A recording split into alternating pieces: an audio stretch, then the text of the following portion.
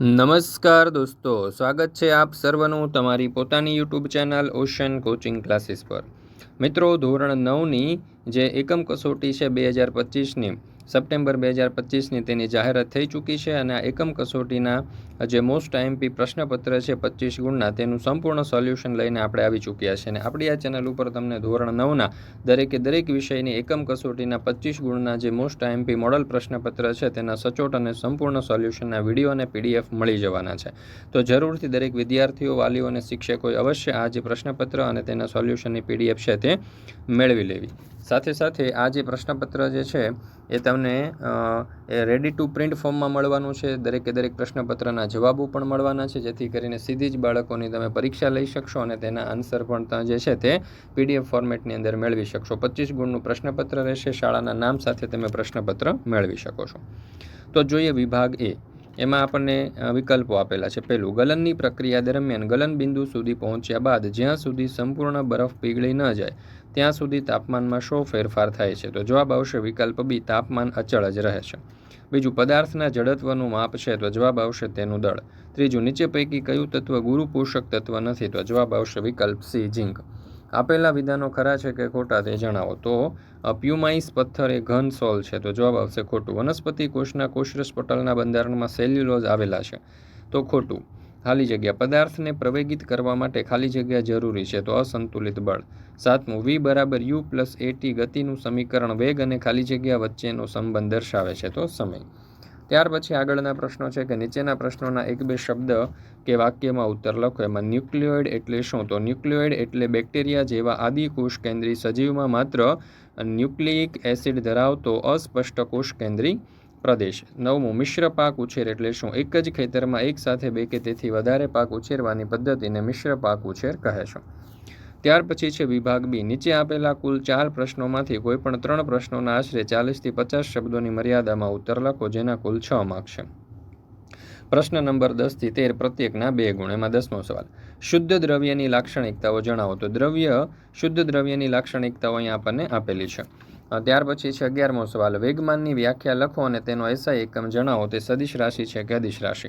તો અહીંયા તમે જોઈ શકો છો કે દરેક પ્રશ્ન જે છે તેના ઉત્તરો આપણે અહીંયા દર્શાવેલા છે। આ વિડીયો સ્ટોપ કરીને અથવા તો પોઝ કરીને તમે ઉત્તર જોઈ શકો છો અથવા તો સમગ્ર સોલ્યુશનની પીડીએફ મેળવવા માટે સંપર્ક કરો 70 46 22 22 54 નંબર ઉપર।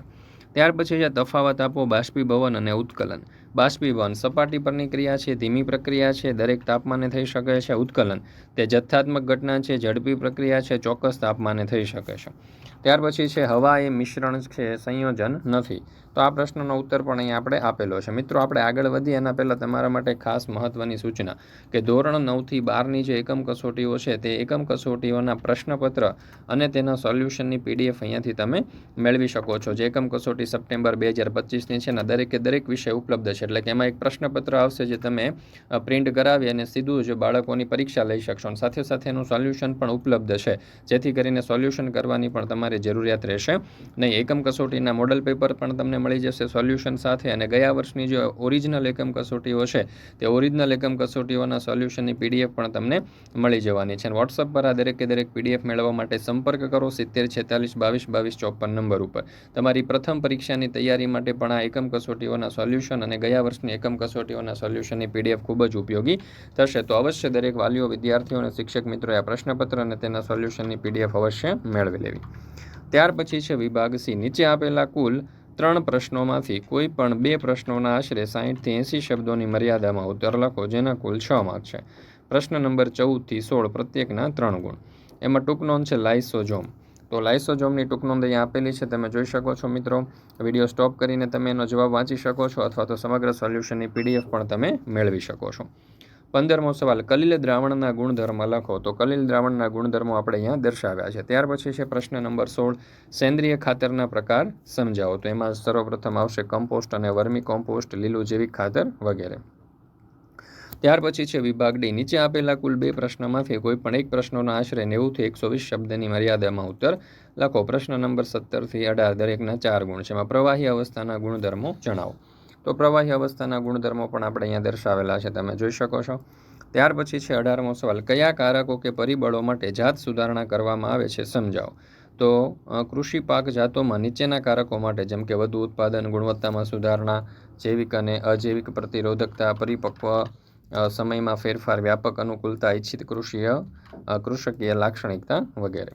તો મિત્રો અહીંયા આપણે આજે વિજ્ઞાન વિષયનું જે એકમ કસોટીનું મોડલ પ્રશ્નપત્ર છે તે પૂર્ણ કરીએ છીએ. વિડીયો પસંદ આવ્યો હોય તો લાઇક કરવાનું, તમારા મિત્રો સાથે શેર કરવાનું અને આપણી આ ચેનલ જે છે તેને સરસ મજાનું કોમેન્ટ આપવાનું ભૂલશો નહીં. મિત્રો આપણી આ ચેનલ ઉપર ધોરણ 9થી 12ના દરેક વિષયના એકમ કસોટીના મોડલ પ્રશ્નપત્રના સંપૂર્ણ સોલ્યુશનના વિડીયો અને પીડીએફ મુકાઈ ચૂક્યા છે. તો જરૂરથી આ વિડીયો અને પીડીએફનો અભ્યાસ કરી લેજો. સાથે સાથે તમારા દોસ્તો મિત્રો સુધી પણ શેર કરજો. પ્રથમ પરીક્ષાની તૈયારી માટે પણ તમને ખૂબ જ ઉપયોગી થવાના છે.